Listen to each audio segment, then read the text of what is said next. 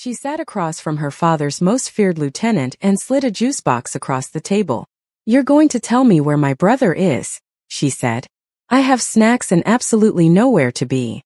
What nobody knew was that she was already 3 steps ahead. Her brother had left her a message that everyone else mistook for a child's drawing on the refrigerator. Sua knew it was a map, because they had invented that code together when she was 4. Welcome to Black Silk Stories, the home of Afro-Korean stories that hit different. Subscribe, drop a comment, and do not go anywhere. This is only the beginning. The conference room on the 2nd floor of the Josian mansion was not designed for children. Everything in it said so. The obsidian table that stretched the length of a small classroom, the high-back chairs in black leather, the floor-to-ceiling windows overlooking Seoul like a quiet declaration of ownership. The room smelled of cedarwood and cold ambition. Even the light was serious. None of it intimidated Sua Josian in the slightest. She sat at the head of the table in a rose gold silk dress, white pearl buttons running from collar to waist, a delicate ruffle at the hem, her 2 braids wrapped in rose gold ribbon and tiny white beads, her white leather Mary Janes dangling several inches above the floor. Her pink quilted backpack, monogrammed in gold thread, sat open beside her like a briefcase. Across from her, Ri Sungjin had not moved since she walked in. He was her father's longest-serving lieutenant, charcoal 3-piece suit, silver lapel pin, hands flat on the table. A man whose stillness was itself a kind of language. He had sat across from prosecutors, rivals, men who arrived with intentions they didn't survive. He had never once in his career felt underprepared. He felt underprepared now. "Miss Sua." His voice was its usual measured register. "Your father's meetings are." "I'm not here for my father's meeting." She reached into the backpack and produced a juice box. "Strawberry." Slid it across the obsidian table toward him with the unhurried confidence of someone making an opening offer. "I'm here for mine." He looked at the juice box. She produced her own grape, stabbed the straw in with one clean motion and took a long deliberate sip. Outside, Seoul moved through its morning. Enormous, indifferent, luminous. Inside the conference room, the silence had weight. She reached into her backpack again and placed a Ziploc bag of honey butter crackers on the table. She slid 3 toward him. He didn't take them. She took one for herself, unhurried, and while she chewed she opened her Hello Kitty diary.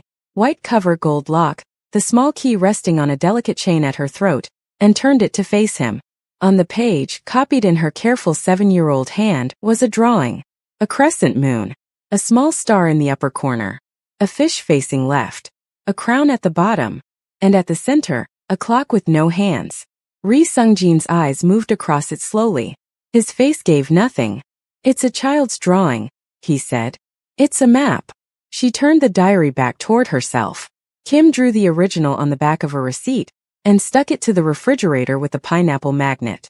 "Everyone walked past it this morning. My mother, the staff, Mr. Beck, all of them." She looked up. "Nobody stopped. Because it looks like something I drew."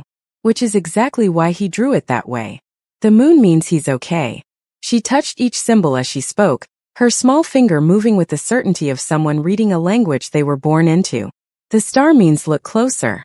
The fish facing left means follow the water, west, always west in our code. The crown means it concerns the family." She looked up. "And the clock with no hands means time is running out." The room was very quiet. Ri Sungjin studied her, this small, composed child in rose gold silk, grape juice in hand, diary on the table, and felt the specific, disorienting sensation of a conversation that had escaped his control before it began. "How old were you when he taught you this?" 4. She said it simply.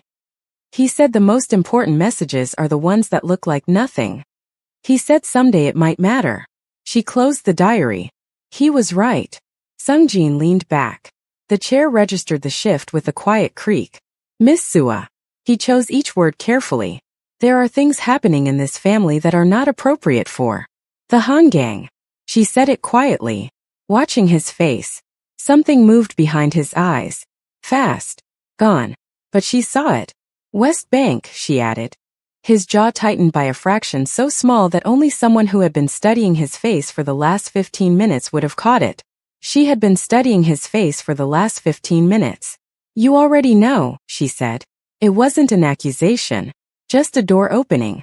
"You've known since last night." You came to this room because my father sent you and you were hoping I would ask something small so you could say something small back and we could both leave pretending. She looked at him steadily across the obsidian table, across the honey butter crackers, across the untouched strawberry juice box. But Kim left that message for me. Not for my father. Not for you. For me. Because he knew I would read it, and he knew I would come find someone who knew the rest. She picked up her pen. So tell me the rest. The silence that followed was the kind that precedes a decision. Sungjin looked at the window, at the city, at the skyline that the Josian name was threaded through like wire through stone. Then he looked back at the child across from him, at the steadiness in her eyes, at the diary, at the drawing she had reproduced from memory with perfect accuracy.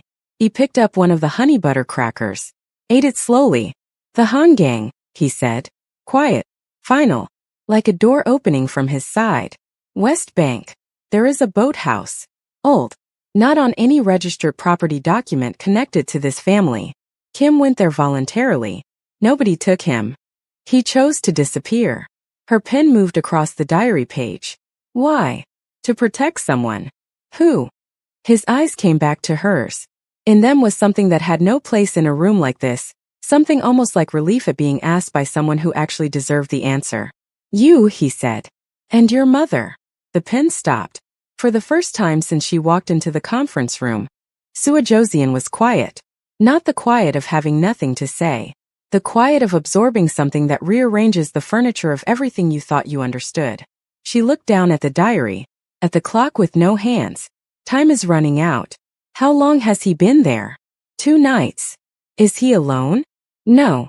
2 of our men are with him. Loyal ones. Sungjin paused. He is safe. But the reason he left, that situation has not resolved. It is becoming more complicated. What situation? He was quiet. Mr. Ri. Her voice was gentle but it didn't move. What situation? He looked at her for a long moment. Outside a cloud shifted and the light through the windows changed. And for just a second the rose gold of her dress caught it and she looked less like a child at a conference table, and more like something the room had been waiting for without knowing it. There is a man, Sungjin said carefully, who believes your mother possesses something that belongs to him. Information. Something she built, designed years before she married your father. He has been patient. He has been watching. He folded his hands on the table. Kim found out 3 days ago that this man had moved from watching to acting. So Kim moved first. He made himself visible, easy to track, easy to follow, to draw attention away from this house. Away from your mother. The room held that. Sua's face was very still. Her eyes were not. Does my mother know? Your father told her this morning. Does she know about the boathouse? No. Your father has not told her that part yet. She closed the diary, capped the pen, stood on the chair to zip her backpack and climbed down, smoothing the front of her rose gold dress with both hands. She picked up her grape juice, finished the last of it, and dropped it neatly in the bin by the door. Then she stopped. Mr. Ri. She didn't turn around. My mother is going to figure out the boathouse on her own. She's a tech expert. She's probably already running the search. A pause. When she finds it, and she will find it, my father is going to wish he told her first. She opened the door. Also. Now she turned just slightly, one hand on the door frame. You should drink your juice. Strawberry is actually really good. The door swung shut behind her with a soft, decisive click. Ri Sungjin sat alone in the conference room. Untouched juice box. 2 remaining crackers. The particular unshakable feeling of having just been the least prepared person in a room with a second grader. He picked up his phone. Dialed once. She knows everything, he said when the line connected. The code. The boathouse. The reason. A long pause. Sir, I have to say something and I need you to hear it. He looked at the door she had walked through. Your daughter is the most dangerous person in this building. Not because of what she knows. He picked up the strawberry juice box. Because of what she's about to do with it. 3 floors up, Sua stepped out of the elevator into the wide corridor. White walls, dark wood floors, a single white orchid on the console table. She walked past it without stopping. She knew exactly where she was going. Her mother's tech room was at the end of the east wing. A room that looked from the outside like a home office and from the inside like the nerve center of something vast and quietly brilliant. Victoria Josian had designed it herself. 3 monitors, a standing desk, a wall of servers behind frosted glass that hummed at a frequency just below hearing. Sua knocked twice and opened the door. Victoria was already at the monitors. Still in her deep purple wrap dress from the morning, her elegant twist beginning to unravel at the edges. Her eyes were moving across 3 screens simultaneously, satellite maps, property records, something that scrolled too fast to read. She didn't look up. "I found him," Sua said. Victoria's hand stopped on the keyboard. Now she looked up. Her daughter stood in the doorway in rose gold silk, backpack on both shoulders, Hello Kitty diary held against her chest, and on her face, steady, certain, unhurried, the specific expression of someone who came with answers and was prepared to share them. Victoria pushed back from the desk slowly. "Tell me." Sua walked to her mother, opened the diary, and placed it on the desk between the keyboards and the cold coffee. "Hangang. West Bank. Old boathouse. Not registered to us." She looked at her mother. "He went voluntarily. He went for you. And Mama." Her voice stayed level, but something in it shifted, the way light shifts when a cloud moves. "There's a man who wants something you built. Before us. Before Dad. Kim found out, he stopped watching and started moving. So Kim made himself the target instead." Victoria Josian looked at her daughter for a very long time. Outside the frosted glass, the servers hummed. Inside, a mother looked at her child and understood. Fully, completely, with the particular ache of it, that her son had trusted his 7-year-old sister with the thing he couldn't trust anyone else with. Her eyes filled. She didn't let them spill. "How did you?" "The refrigerator drawing." Sua touched the diary page. "He made our code when I was 4, Mama. He always said someday it would matter." Victoria pulled her daughter into her arms and held her the way you hold someone when the relief and the fear arrive at exactly the same time, and you cannot tell them apart. Sua held on. Then into her mother's shoulder very quietly. "We have to get to him before Dad does something that makes it worse." Victoria pulled back, looked at her daughter's face. Then she turned back to the monitors, cracked her knuckles and began to type. Josian Park found them in the tech room. He stood in the doorway in his black suit, the one that looked like it had been built around him rather than put on, and took in the scene with the eyes of a man who had spent 30 years reading rooms for danger. 2 monitors running simultaneous property searches. A third pulling satellite imagery of the Hangang West Bank. His wife at the keyboard, fingers moving with the quiet ferocity of someone dismantling a lock from the inside. And his 7-year-old daughter standing beside her, rose gold dress, Hello Kitty diary open, pointing at something on the screen. "Third structure from the river bend," Sue was saying. "The fish faced left. West. And Kim always said follow the water to the source, not the mouth. So it's upstream, not down." Victoria's fingers didn't stop. "Which puts it here." She tapped the screen. Josian Park stepped into the room. Neither of them looked up. "Victoria, give me 4 minutes. I need to speak with you. You had all morning to speak with me." Her voice was even, precise, the tone of a woman who had decided that composure was more useful than anger, and was deploying it like a weapon. "You chose to manage it instead. So now I'm finding it myself. 3 minutes and 40 seconds. He looked at Sua. She looked back at him, chin up, shoulders back, and said nothing, which somehow said everything. He walked to the chair against the wall and sat down. He did not argue.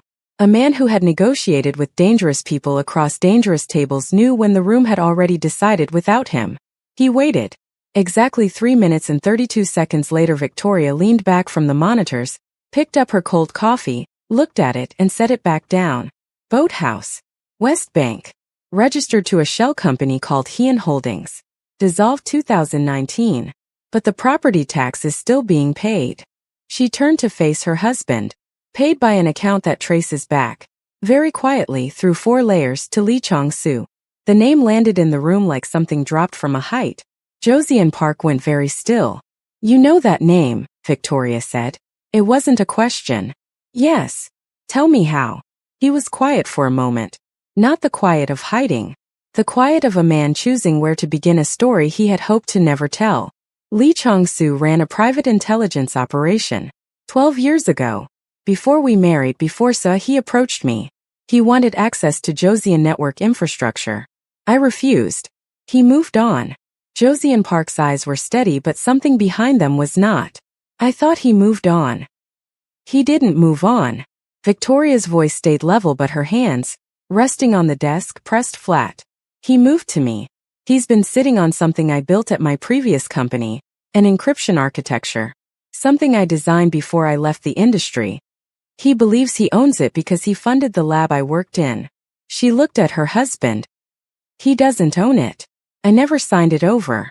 But he's been building a case for 12 years and apparently he's decided the case is ready. Sua had been very quiet through all of this. Now she spoke. So Kim found out Mr. Lee was ready to move. And Kim disappeared to make Mr. Lee follow him instead of coming here. She looked at her father. Did Kim know about the encryption thing? About what Mr. Lee wanted from Mama? Josie and Park looked at his daughter. Yes, he said quietly. Kim came to me 3 nights ago. He had intercepted communications. Lee's people moving into position around Seoul. Around this neighborhood. A pause that carried weight. Around this house. And you told Kim to disappear. It wasn't an accusation. It was the last piece of the code read aloud. Her father held her gaze. I told him to buy us time. How much time did he buy? Enough to get your mother out of Seoul. He looked at Victoria. That was the plan. Kim draws Lee's attention west. I move you and Sua to the Jeju house tonight. Quietly. Victoria stood up from the desk. She was not a tall woman, but she occupied the room fully. Deep purple dress, unraveling twist, dark eyes that had spent 30 years seeing through things. She looked at her husband the way she looked at a problem that had been coded incorrectly. With the specific patience of someone who was about to fix it. I'm not going to Jeju. Victoria. My son is sitting in a boathouse on the Hangang because he loves me and he did the bravest, most reckless thing he could think of. Her voice didn't rise. Didn't need to. I am not going to an island while he sits there running out of time. That is not a plan I will participate in. Josie and Park looked at her for a long moment. Then he looked at Sua. She had her diary open. She was writing something. What are you writing? He asked. A better plan. She didn't look up. Despite everything, despite the weight of the morning, the name Lee Chong-soo sitting in the air of the room like smoke, something moved across Josie and Park's face. Brief. Almost invisible. His daughter was writing a plan in a Hello Kitty diary. And he was not entirely sure it would be worse than his. The better plan took 11 minutes to explain. Sua stood at the desk, her mother seated to her left, her father in the chair against the wall, arms folded, listening with the expression of a man trying to decide if he was impressed or terrified and landing somewhere between both. Mr. Lee is following Kim because Kim is the heir, she began. He thinks if he has Kim he has leverage over Dad. But he doesn't know about the encryption thing. He thinks this is a business negotiation. He thinks he can trade Kim's location for Mama agreeing to sign something. She tapped the diary page. So he's waiting. He's not going to move on Kim until he's ready to make the offer. How do you know that? Sung-jin's voice came from the doorway. He had appeared sometime in the last few minutes, drawn up by the phone call, standing now with his silver lapel pin and his charcoal suit and the expression of a man who had decided to stop being surprised. Because of the clock. Sua didn't look up from the diary. Kim drew a clock with no hands. Not a broken clock. No hands means the time hasn't been set yet. Lee hasn't made his move because he hasn't decided on the moment. She looked at Sung-jin. He's waiting for something. What is he waiting for? The room looked at Sung-jin. He straightened slightly. There is a meeting. Tomorrow evening. A private forum, business figures, some government adjacents. Lee was supposed to attend. It would have given him an alibi for the night. Tomorrow evening. Sua wrote it down. So tonight he's still positioning. He hasn't locked the clock yet. She looked at her mother. Mama, the encryption architecture, can you make it look like you're moving it? Like you're preparing to transfer it somewhere. Victoria's eyes sharpened. You want me to create a ghost transfer? I want Mr. Lee to think you're moving it tonight. Out of fear. Like you found out he was coming and you panicked. Sua looked up. If he thinks the asset is moving, he has to move faster than he planned. He stops waiting for tomorrow. He reaches out tonight. And when he reaches out, Victoria said slowly, following the thread, we know his channel. We know his contact method. We know exactly how he planned to approach this. And we record it, Sua said. All of it. Silence. Then Sungjin very quietly. She's 7. I'm aware, said Josian Park. He was looking at his daughter with an expression that had stopped trying to categorize itself. Victoria was already turning back to the monitors. I can build the ghost transfer in 2 hours, she said. It'll look real to anyone who isn't me. It only needs to look real to Lee, Sua said. For about 4 hours. What happens after 4 hours? Her father asked. She looked at him. Kim comes home. The ghost transfer went live at 8:47 that evening. Victoria had changed into a white silk blouse and wide-leg ivory trousers, elegant, composed, the visual language of a woman in control, and sat at her monitors with Sungjin standing 6 feet behind her and Josian Park at the window with his phone. Sua sat in the corner chair in a white and lavender dress with small pearl buttons, her diary in her lap, the key at her throat catching the lamplight. They waited. At 9:14 a.m. message came through a channel that had been dormant for 8 years.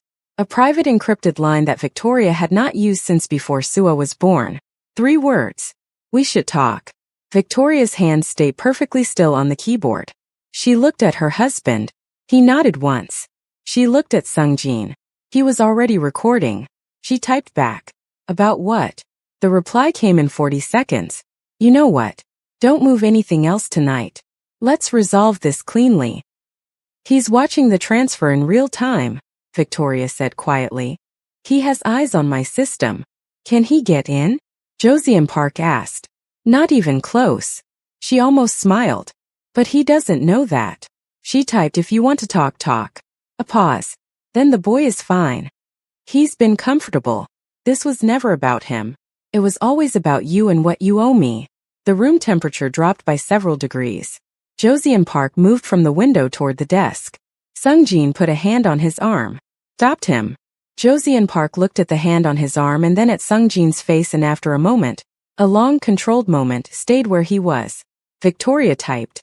I don't owe you anything. The architecture was mine. The lab was mine. The funding was mine. The infrastructure you used to build it, mine.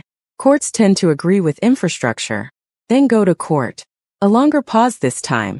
I'd rather not involve courts. I'd rather you sign a co-ownership agreement. Reasonable terms. Generous revenue split. Everyone walks away comfortable. And my son comes home tonight. The moment you sign.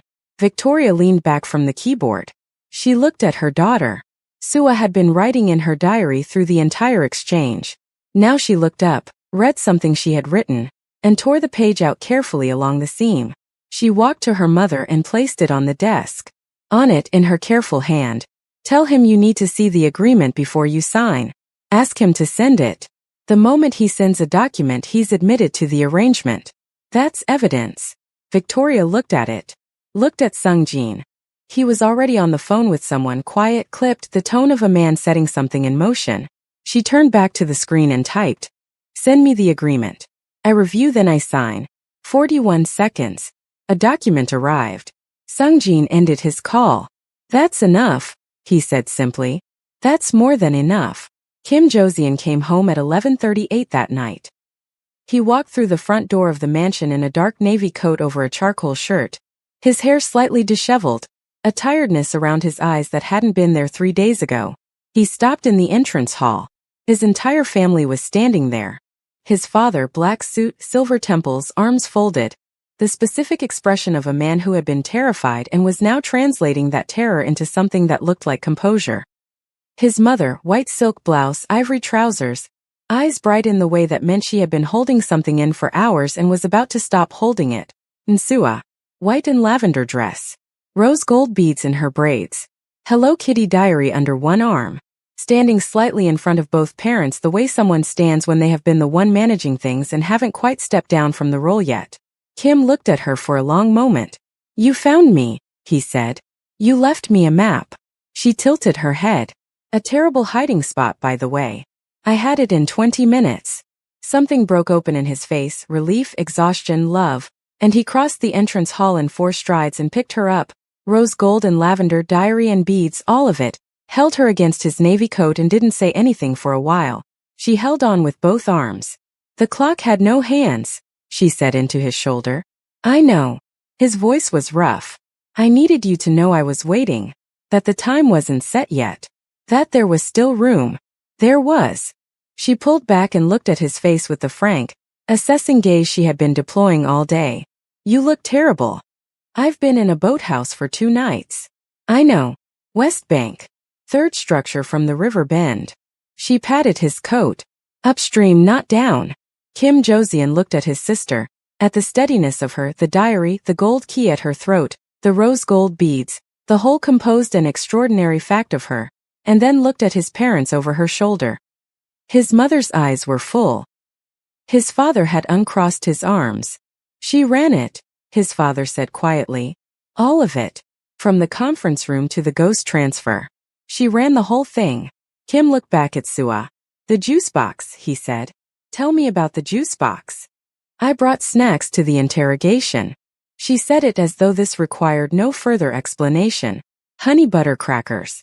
Strawberry juice for Mr. Ree. Grape for me. And it worked. Everything works better with snacks. She slipped out of his arms and straightened her dress.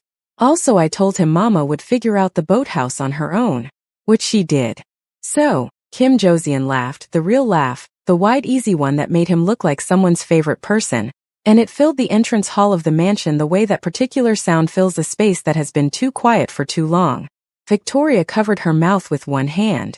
Josian Park looked at the ceiling briefly, in the way of a man communicating something to whatever force had seen fit to give him these specific children. Later that night, after Kim had eaten and the house had exhaled, Sua sat at the kitchen counter in her pajamas, white cotton, tiny purple stars, with her Hello Kitty diary open to a fresh page. Kim sat beside her with a cup of tea, navy coat gone, back to himself. What are you writing? He asked. Everything. She didn't look up. In case I need it later. Need what later? The plan. How it worked. What Mr. Ree's face looked like when I slid the juice box. What the clock with no hands actually meant. She wrote something, considered it, added a small star in the margin. You always say the most important messages look like nothing. I think the most important plans should be written down too. Kim watched his sister write. Outside the kitchen window soul glittered. Enormous, layered, threaded through with the complicated history of a family that carried 2 worlds in its name and had just been held together, at the critical moment, by a 7-year-old in rose gold silk with a backpack full of honey butter crackers. He reached over and drew a small crescent moon in the corner of her page. She looked at it. I'm okay. She drew a star beneath it. I know. He put his arm around her. She leaned in. They sat like that for a while in the warm kitchen light while the city moved outside. 2 siblings, a shared code, and a diary full of the most important things that looked like nothing. Thank you for watching Black Silk Stories, where every story is stitched from 2 worlds and hits different every single time. If this story found you, it was meant for you. Subscribe, share it with someone who needs it, and leave a comment below. We read every single one. Black Silk Stories.